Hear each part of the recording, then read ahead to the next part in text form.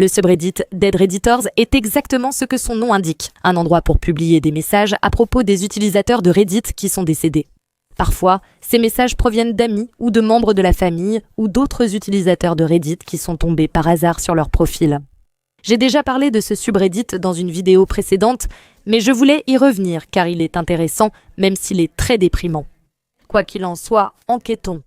Si vous aimez les mystères d'Internet et les contenus troublants, abonnez-vous et activez les notifications pour en voir plus. Si vous souhaitez soutenir la chaîne, vous pouvez devenir membre Ko-fi ou membre de la chaîne pour accéder aux vidéos non coupées et à d'autres avantages. Vous pouvez aussi me laisser un pourboire via le bouton « Merci » sous la vidéo. Merci à celles et ceux qui le feront.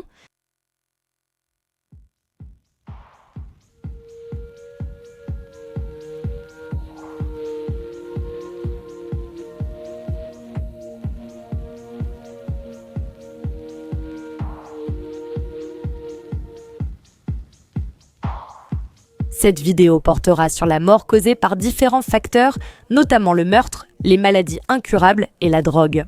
Discrétion recommandée. Cliquez sur le lien dans la description pour devenir membre KO-FA et regardez une version plus longue, non coupée et sans publicité de cette vidéo qui comprend une entrée supplémentaire qui n'était pas adaptée à cette sélection. Antonio Zero a créé son compte Reddit en novembre 2018 et depuis, il a été actif dans différents subreddits, répondant souvent à des questions sur des forums comme r/, Ask et le 10e dentiste et postant des mèmes sur d'autres. Sa dernière publication hors commentaire était sur le subreddit Onions, consacré à l'Onion Router, un navigateur pour accéder au dark web. Elle était intitulée « Quelqu'un peut-il accéder à Bohemia ?» ce qui, je suppose, est un site pour acheter des drogues illégales.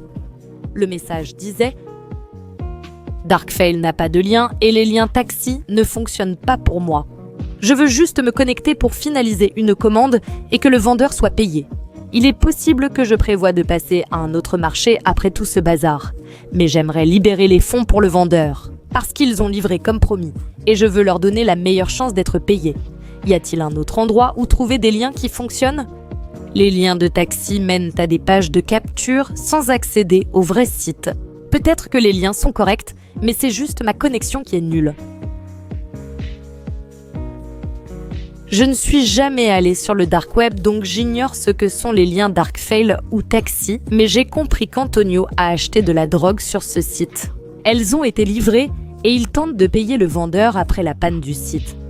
Selon un commentaire, cela est dû à un administrateur malveillant qui a commencé à siphonner des bitcoins des portefeuilles, entraînant des plaintes de vendeurs et d'utilisateurs pour dépôts manquants et retraits échoués. Bref, je m'égare. Antonio commentait encore les publications d'autres personnes jusqu'en février 2024, donc je suppose qu'il a compris le problème, puis est passé à un autre marché. Mais cette décision allait s'avérer fatale. Le 1er août 2025, une utilisatrice a publié un court message sur le subreddit The Dead Redditors intitulé Requiescat in Pace Antonio Zero. Il disait « Désolé, mon partenaire est décédé après avoir pris une substance trouvée en ligne. Sa drogue a été contaminée au fentanyl. Repose en paix, père de mon bébé. Si jeune, seulement 28 ans. » L'auteur a indiqué dans les commentaires qu'Antonio avait commandé de la morphine coupée au fentanyl. Le fentanyl est un opioïde synthétique similaire à la morphine, mais 100 fois plus puissant. Il est 50 fois plus puissant que l'héroïne, ce qui explique la facilité de surdose. Quand tu penses que tu prends simplement de la morphine, alors qu'en réalité, elle est coupée avec du fentanyl.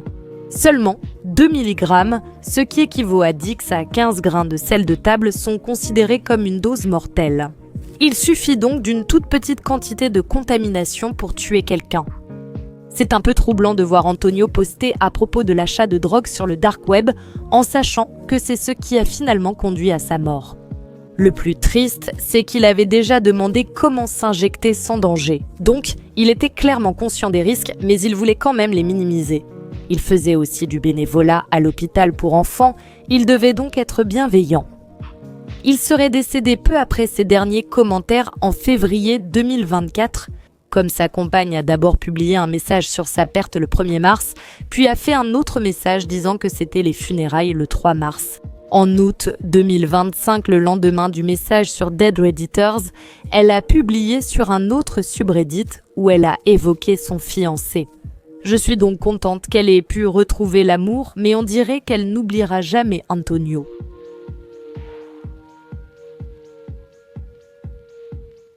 Le vrai nom du roi des chats, Linda a créé son compte Reddit en avril 2010 et a été assez active dès le début. Elle a travaillé un temps en animalerie et adorait les animaux. Elle possédait un chat et un serpent, souvent mentionnés dans ses publications. Son dernier commentaire a été publié sur un fil Ask Reddit intitulé « Qu'est-ce que vous possédez ?» que la plupart des gens n'ont pas. Sa réponse était « J'ai un travail chez Blockbuster ». En avril 2014, elle a entamé une relation qui a mené à sa mort tragique quelques mois plus tard. En janvier 2015, il y a eu un post sur Dead Redditors intitulé « Adieu roi des chats ». On pouvait lire « Linda Bauer a été assassinée en septembre dernier. Je viens de découvrir ce sous-forum et je suis encore en deuil. Tourner la page est vraiment difficile. Je dors mal et suis constamment fatiguée. Je ne suis pas sortie ni sociable depuis le nouvel an. Je suis une recluse en ce moment. C'était ma meilleure amie. Je la connais depuis qu'on est enfants toutes les deux et c'était quelqu'un sur qui j'ai toujours compté pour être là pour moi. Nous nous aimions et serions sûrement restés ensemble si l'occasion s'était présentée, mais la distance et mon engagement dans l'armée ont empêché cela. Elle était incroyable, une de ces personnes qui sont gentilles, mais d'une honnêteté brutale et qui avait le pouvoir de changer le monde. Elle est vraiment incroyable et c'était une personne absolument merveilleuse. Elle m'a littéralement sauvé la vie quand, en 2012, j'ai essayé de mettre fin à mes jours à 3 reprises. Elle m'a appelé par intuition et m'a convaincue de ne pas le faire. Elle savait que j'étais en difficulté. J'avais prévu de lui rendre l'appareil un jour au centuple, mais maintenant je ne peux plus. Savoir qu'on ne pourra jamais rendre à sa meilleure amie ce qu'elle a fait même en donnant sa vie est le pire sentiment. J'aurais dû lui rendre visite après ma mission, mais je ne l'ai pas fait car elle était avec son petit ami et je ne voulais pas cette ambiance. Je la voulais pour moi et nous avions toutes les deux prévu de devenir intimes. Mais à cause de sa présence et de mon propre égoïsme, je ne l'ai pas fait. Et puis il l'a tuée. C'est mon plus grand regret. Où que tu sois, Linda, tu me manques et j'ai hâte de te revoir. Nous sommes toutes deux athées, mais parfois, j'aimerais croire au paradis pour apaiser la douleur. Ta façon de chanter me manque. J'aimerais t'entendre me chanter pour m'endormir comme tu le faisais avant. Ce post résume ce qui est arrivé à Linda, mais j'ai trouvé une histoire plus complète sur victimspourlajustice.org écrite par sa mère, donc je vais la lire. Le 10 septembre 2014, ma fille de 19 ans, Linda, a été brutalement étranglée à mort par son petit ami David Thomas. Linda travaillait dans un zoo à Eagle River où elle a rencontré David Thomas en mars et a commencé à sortir avec lui fin avril 2014. Il avait plusieurs années de plus que Linda, mais ils partageaient une passion commune pour les animaux, en particulier les reptiles. Linda avait récemment été agressée par une autre personne plus tôt dans l'année, mais elle ne l'a pas signalé. Quand elle a rencontré David, elle était très nerveuse à l'idée de commencer une relation après ce qu'elle venait de vivre. Malgré tout, ils sont sortis ensemble. Au début, leur relation se passait bien, mais très vite, ils ont commencé à avoir des problèmes et plusieurs disputes verbales. David avait des problèmes avec l'alcool et la marijuana, je ne sais pas pour les drogues plus dures, et quand ils se disputaient, Linda essayait de prendre ses distances. À ce moment-là, il commençait à lui envoyer des messages et à l'appeler sans arrêt. Il m'a aussi envoyé des messages et appelé. Dans ces messages et appels, il alternait tristesse, supplication, colère, insultes, puis cherchait la sympathie en menaçant de se suicider. Tout pour essayer de manipuler Linda afin qu'elle lui obéisse. Nous avons partagé nos inquiétudes avec David lors d'entretiens privés et nous lui avons fait savoir que s'il posait jamais la main sur elle, il aurait affaire à nous. Nous lui avons aussi demandé s'il avait un casier judiciaire. Il a raconté avoir passé du temps en prison dans le Montana pour avoir agressé un policier, affirmant qu'il était ivre alors. Il a dit avoir tiré une leçon de cette expérience et travaillé à s'améliorer. Nous lui avons donné la chance de nous prouver, à nous et à Linda, qu'il allait se reprendre en main, mais nous lui avons dit que nous allions le surveiller. La veille du meurtre de Linda, le 9 septembre 2014, elle avait décidé qu'elle allait mettre fin à la relation. Linda l'a ramenée chez lui où il vivait avec son frère, sa belle-sœur et leurs 2 enfants, puis elle est allée chez son amie. Son amie nous a ensuite dit que pendant qu'elle était chez elle, David n'arrêtait pas de lui envoyer des messages sur son téléphone et lui disait que si elle ne revenait pas, il allait se suicider. Linda a cédé à sa manipulation et s'est rendue chez lui où il l'a étranglée. Dans la matinée du 10 septembre, il a placé un corps sans vie sur la banquette arrière de sa voiture et a roulé en ville pendant plusieurs heures ce jour-là. Il a avoué à son frère puis s'est rendu aux autorités. Il a rencontré la police sur le parking du Walgreens à Eagle River. Lors de l'enquête, nous avons découvert plus de détails sur l'agression de David contre un policier au Montana. Il a attaqué l'agent avec des ciseaux. L'agent a tenté de se défendre avec un taser, sans succès. Un deuxième agent a raté sa cible en tentant de tirer sur David. Une autre utilisation du taser a finalement permis d'arrêter David. La raison de l'intervention entre la police et David est que les policiers répondaient à un appel au 911 signalant des violences domestiques et une violation d'une ordonnance de protection contre la violence domestique.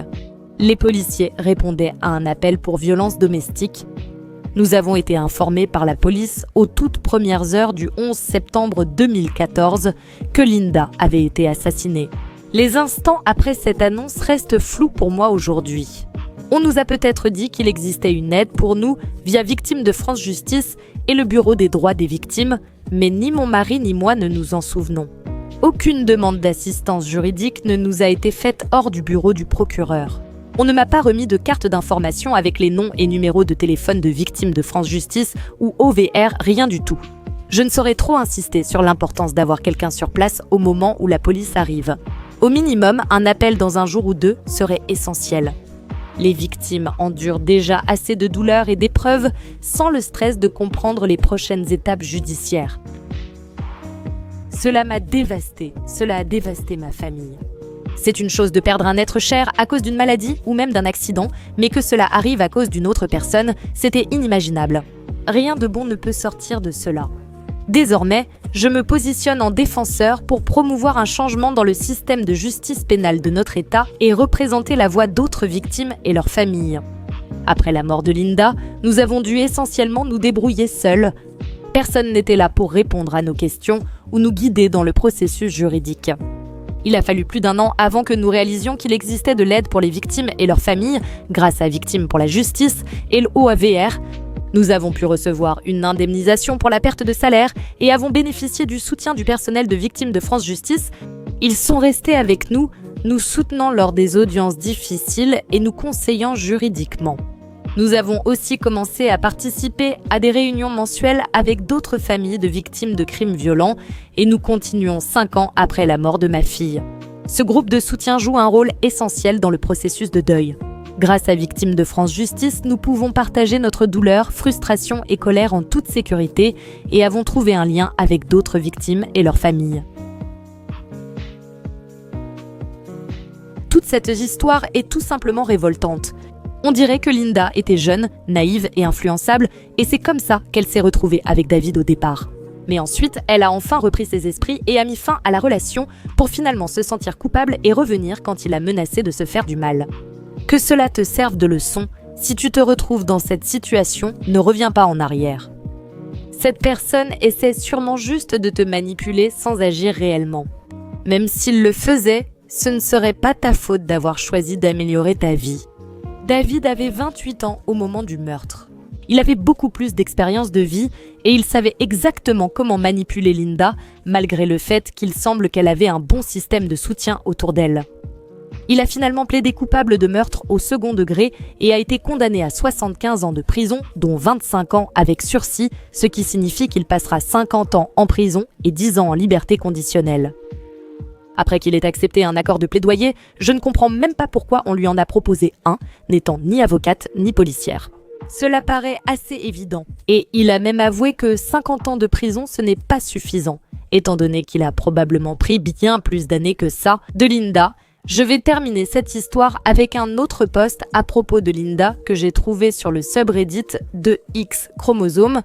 C'est un peu long, mais cela donne plus de détails sur elle et montre à quel point c'était une bonne personne, donc ça vaut la peine d'écouter. L'une de mes meilleures amies au monde, Linda Bauer, a été assassinée par son petit ami.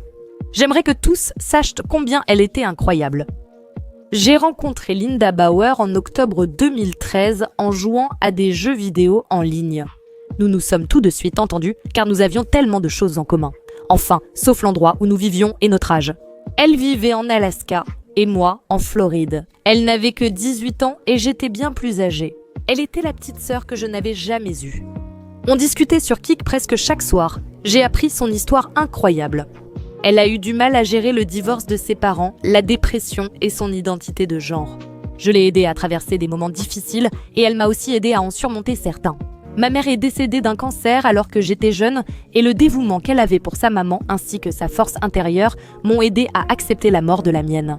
Linda était très gentille et me réconfortait toujours avec ses histoires. Elle adorait les animaux et élevait serpents, chats, souris et divers reptiles. L'un de ses animaux préférés, un chat majestueux nommé Mufased, était mort seulement 1 an auparavant. Il était encore pratiquement un chaton, et cela avait été difficile pour elle aussi. En cadeau, j'ai commandé un dessin d'une photo d'elle et de Mufased sur Reddit. Linda a vécu une expérience traumatisante au début de cette année avec un homme et a énormément lutté pour affronter ses peurs et ses faiblesses. Nous avons longuement parlé de ce qui lui était arrivé et de comment elle a trouvé la force de surmonter cela. Finalement, elle y est parvenue, a rencontré un nouvel homme et a commencé à sortir avec lui. Malheureusement, le nouveau petit ami signifiait moins de temps pour moi et je ne lui parlais plus beaucoup, mais j'essayais toujours de vérifier qu'elle allait bien. Elle est allée en thérapie pour surmonter ses démons et semblait être sur la bonne voie. Puis, soudainement, j'apprends que cet homme, ce petit ami depuis environ 4 mois, l'a assassiné. Cet être humain méprisable a enlevé à sa famille et à ses amis l'une des étoiles les plus brillantes de la planète. J'aurais voulu en savoir plus sur lui, mais nous avons perdu le contact et je regrette de ne pas avoir fait plus d'efforts pour rester en lien. Je ressens beaucoup de colère contre cette personne et je peux faire si peu. La plupart de ses amis en Alaska ignorent qui je suis et à quel point Linda et moi sommes proches. J'ai donc peu de soutien pour faire mon deuil ou réconforter ceux qui l'aimaient et prenaient soin d'elle là-bas. Linda Bauer était vraiment l'une des personnes les plus extraordinaires que j'ai jamais connues. Je ne l'ai connue que pendant moins d'1 an, mais l'impact qu'elle a eu sur ma vie est éternel. Pendant un certain temps, elle était une utilisatrice d'Alvid Reddit, reine des chats. La violence contre les femmes me révolte. J'aimerais faire un don caritatif en son nom à une association contre la violence domestique. Veuillez me guider dans cette direction afin que je puisse essayer de lui rendre hommage et de tirer quelque chose de positif de cette horrible situation. Merci d'avoir lu ceci. Je suis anéantie et dévastée, et j'ai l'impression de l'avoir laissé tomber en n'ayant pas vu cette possibilité. Je fixe son Facebook ou ses messages et je n'arrive pas à croire qu'il n'y a plus personne de l'autre côté.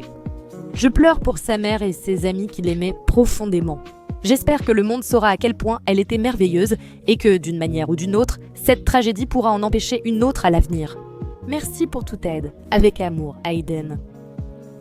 Edith, je tiens à remercier tout le monde pour des réponses vraiment inspirantes et sincères. J'avais plusieurs raisons. D'abord, j'en avais assez des articles des médias sur sa mort.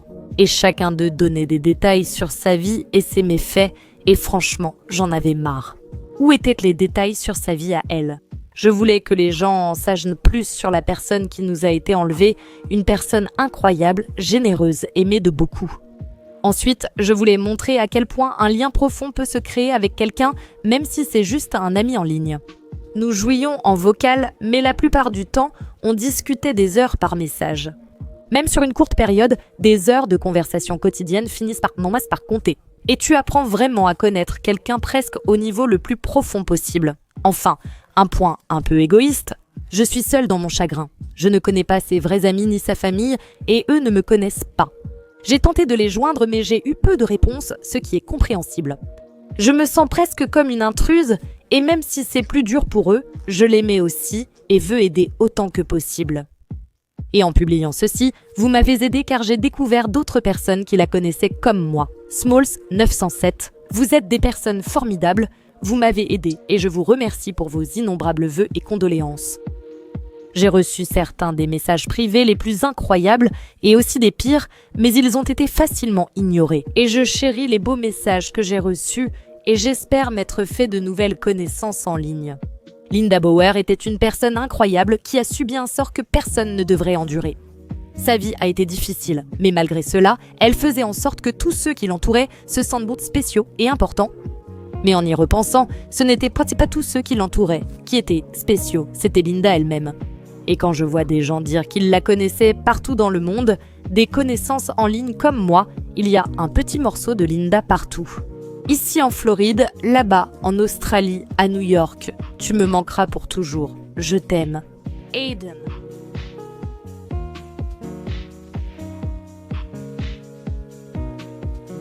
Sad Plant, 1870 alias Jake, a été actif sur Reddit 2 ans, publiant seulement 9 fois. Les 2 premières portaient sur la teinte des vitres et le bushcraft sur le subreddit Vagabond, où il semblait le plus connu. En mai de cette année, c'est également là qu'il a annoncé qu'il était en train de mourir. Il a publié un message intitulé « Le cancer a évolué ». On pouvait y lire « J'ai reçu un diagnostic de sarcome cardiaque en février 2025. Cela semblait assez prometteur pour qu'il puisse t'aider. J'ai demandé à ne pas savoir comment cela serait traité et que l'information soit transmise à ma sœur qui veille sur moi ces derniers temps. » Fin avril, la situation a changé après une réévaluation, indiquant qu'il fallait m'envoyer ailleurs pour des examens complémentaires. Pour faire court, je ne vais pas tout te raconter. En résumé, il me resterait environ 4 mois à vivre si mes calculs sont justes, depuis le moment où on m'a diagnostiqué jusqu'à la réévaluation. Et j'ai décidé de faire ce voyage dont j'avais parlé ici il y a longtemps. Je vais passer le reste de mes jours dans le nord du Minnesota, dans les bois, à faire du bushcraft et des trucs de redneck comme j'avais l'habitude de faire. Et je voulais juste dire que c'était génial de pouvoir voir certaines de vos histoires et de partager quelques conseils sur le transport de bateau.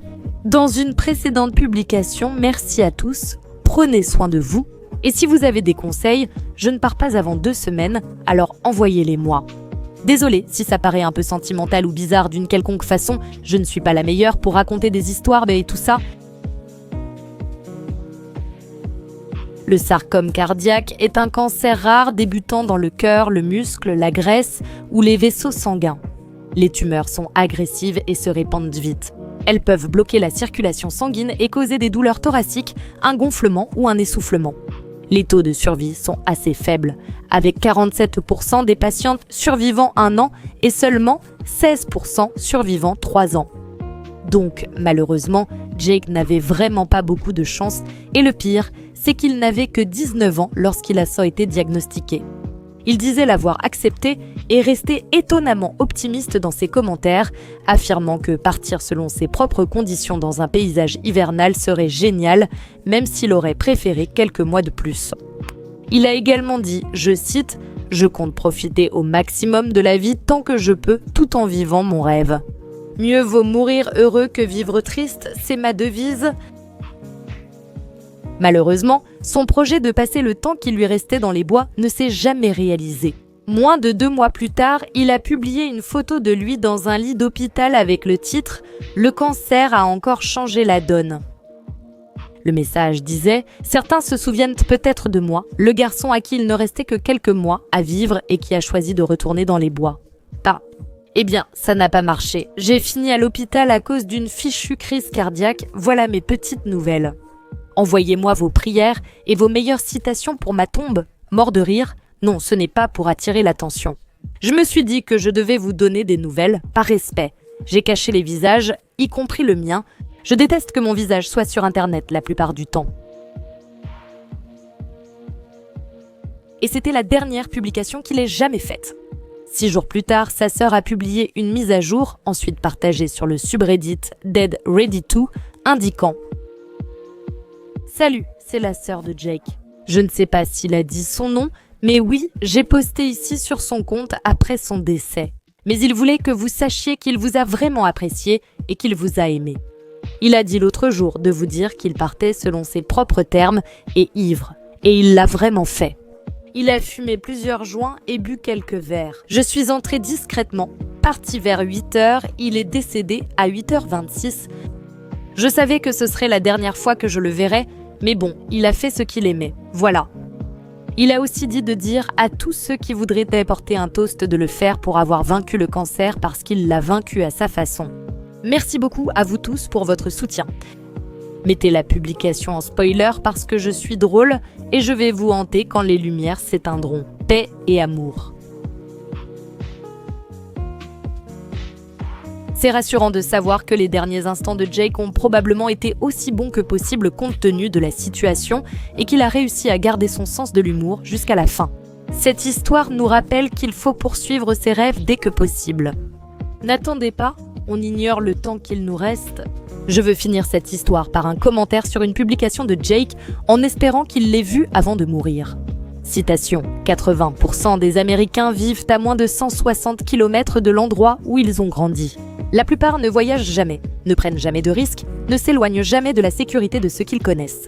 Tu as sans doute plus vécu que beaucoup, ce qui compte, c'est l'expérience, pas les années. Indiana Jones, j'espère que ce n'est pas la fin de ton aventure, mais si c'est le cas, au moins tu en as eu une.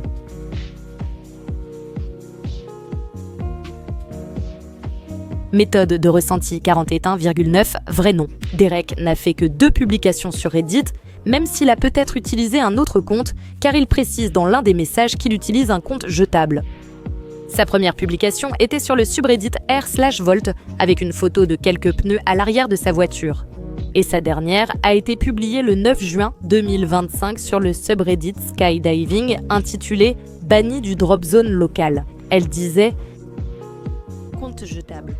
J'ai débuté le building Antenna Span Earth 6 mois avant l'accompagnement à la formation en chute en parachutisme avec un ratio d'environ 5 sauts d'objets pour un saut d'avion.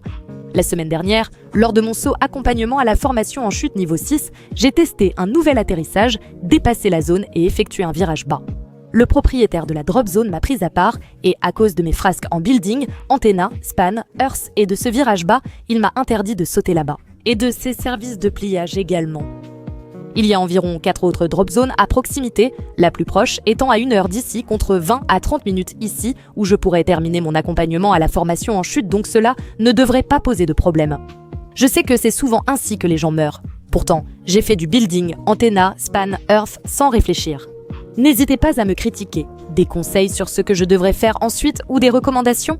Je prévois d'obtenir ma licence, d'aller à mon premier événement de building, Antenna, Span, Earth plus tard cette année et de me donner environ 1 an avant de revenir de mon exil. Ciel bleu, 12 sauts en parachute, 58 sauts de building, Antenna, Span, Earth. Pour toutes ces celles qui, comme moi, ne sont pas familières avec la terminologie du parachutisme, Building, Antenna, Span, Earth est un acronyme qui signifie bâtiment, antenne, spans, pont et terre, et il fait référence au fait de sauter d'un point fixe plutôt que d'un avion. C'est beaucoup plus dangereux que le parachutisme classique à cause des altitudes beaucoup plus basses. Les parachutistes ont alors moins de temps pour ouvrir leur parachute et réagir à une mauvaise sortie ou un problème d'équipement. Il n'y a aussi qu'un parachute, donc aucun secours en cas de problème, contrairement au parachutisme où 2 sont utilisés. Le base jump, moins réglementé que le parachutisme, attire souvent des pratiquants moins expérimentés. Comme Derek l'était inévitablement lorsqu'il a commencé, il n'avait sauté en parachute que 12 fois, alors qu'il faut effectuer au minimum 25 sauts pour être certifié. Il a reconnu dans sa publication avoir fait une erreur stupide lors de son dernier essai de base jump. Et il a même dit « Je sais que c'est typiquement comme ça que les gens meurent ».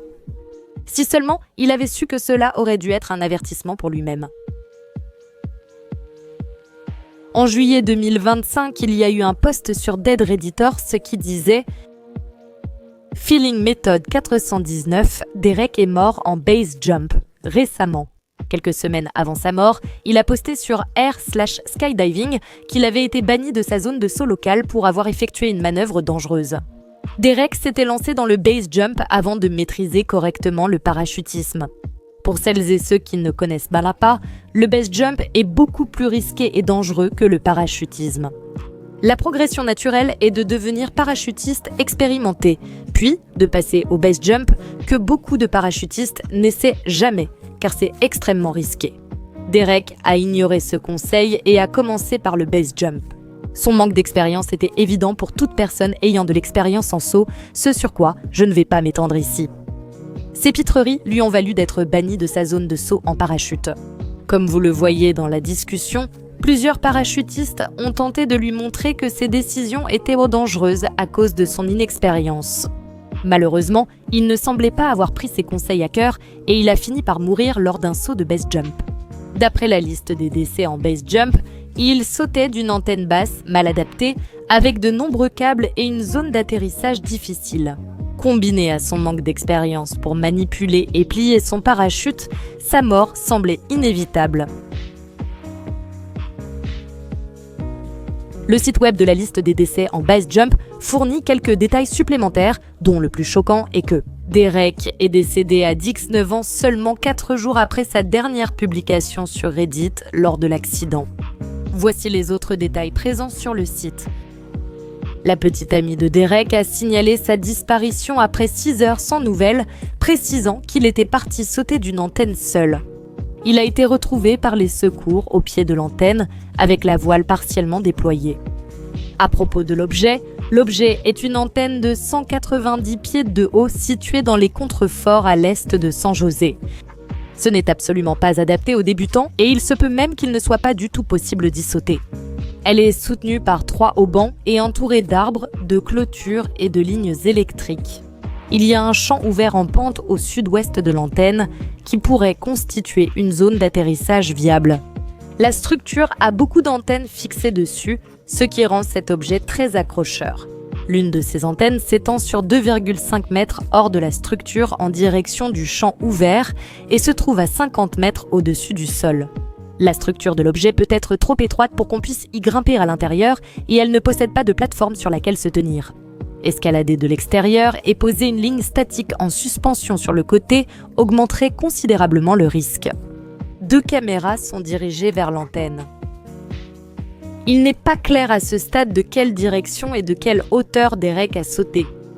Derek avait fait 12 sauts en parachute en 12 mois sans jamais obtenir son diplôme de l'accompagnement à la formation en chute. Une semaine avant sa mort, Derek a effectué un dernier saut en parachute, terminé par un virage très bas de plus de 90 degrés sous la voile. Il a miraculeusement atterri sans problème et s'en est sorti indemne. Quand le propriétaire du centre et les instructeurs accompagnement à la formation en chute ont évoqué le danger de sa dernière manœuvre, Derek paraissait attentif et réceptif. Quoi qu'il en soit, il a été banni du centre de parachutisme pour base jump. On ne sait pas exactement comment Derek a eu accès à un équipement de base jump à ce stade. Il semble que Derek se soit lancé dans le base jump tout seul, sans mentor ni formation spécifique. On soupçonne qu'il pratiquait le base jump depuis plusieurs mois et qu'il avait effectué environ 59 sauts. Bien qu'il ait appris pas mal de choses grâce à ses propres recherches, il y avait d'énormes lacunes dans ses connaissances théoriques et ses compétences dont il semblait ne pas avoir conscience. Voici quelques exemples présentés ci-dessous. Choix des objets. Les objets que Derek avait choisis pour sauter n'étaient pas adaptés à son niveau d'expérience, des ponts impitoyables, des antennes basses illégales, des grues, etc. L'un de ces objets est le pont Bixby, où il a eu plusieurs incidents, y compris une collision avec la falaise juste un mois avant sa mort. La zone d'atterrissage de ce pont, entourée d'un ruisseau et de l'océan, est donc particulièrement dangereuse pour quelqu'un qui ne sait pas nager, comme Derek. Il existe de nombreux objets plus indulgents, mieux adaptés pour apprendre le base jump, comme le pont Perrine aux États-Unis ou le pont Canfenar en Croatie par exemple. Choix de l'équipement, Derek utilisait un équipement plus ancien avec une aile douteuse chargée à 0,56. Il sautait sans utiliser de tailgate jusqu'à ce qu'on lui conseille d'en utiliser un, technique de déploiement. Derek ne savait pas plier un parachute et effectuait exclusivement des sauts sans pliage, en particulier des rollovers. Ces rollovers étaient régulièrement effectués dans des conditions de vent inadéquates, avec vent arrière, et étaient très mal exécutés. Salto avant hors axe, ligne, vrille, commande, déverrouillé par inadvertance, etc. Pilotage de voile. Derek manquait de compétences pour les objets qu'il voulait sauter. Faible conscience spatiale, atterrissage imprécis, réaction lente aux commandes, etc. Derek a suivi un cours de pliage dans une école de base réputée une semaine avant sa mort. Lors de l'inspection du harnais de Derek, les instructeurs de base ont détecté 2 erreurs de montage liées à la continuité des suspentes. Ces vidéos de saut montrent 2 élévateurs vrillés. Derek a reçu de l'aide pour remonter correctement ses suspentes. Les 3 ensembles d'anneaux étaient correctement assemblés et orientés pour ce type d'élévateur. Derek avait menti. Son manque d'expérience en parachutisme et son absence de compétences en pliage étaient évidents pendant le cours. Derek a été conseillé de rester patient en pliant et d'aller au pont Perrine pour gagner en expérience. Donc la mort de Derek était entièrement évitable, idéalement en évitant le base jump dès le départ, mais au moins, s'il avait eu plus d'expérience, il aurait pris de meilleures décisions. Le site recommande en fait de faire au moins 200 sauts en parachute avant même d'essayer le base jump. Pourtant, Derek n'avait que 19 ans et n'avait fait pas plus de 12 sauts en parachute. Sa mort est tragique. Mais en regardant les commentaires ce qu'il a fait, il semble qu'il ait toujours su que cela pouvait arriver à chaque saut qu'il faisait. Et il a quand même choisi de le faire. Donc, la seule consolation, c'est qu'il est parti en faisant ce qu'il aimait. J'aimerais beaucoup connaître vos avis dans les commentaires, ainsi que les sujets que vous aimeriez que j'aborde à l'avenir. Si vous avez apprécié la vidéo, n'hésitez pas à aimer et à vous abonner. Merci beaucoup à mes membres Ko-fi et de la chaîne dont les noms s'affichent à l'écran. J'apprécie sincèrement votre soutien. Merci d'avoir regardé et je vous retrouve la prochaine fois dans une nouvelle vidéo.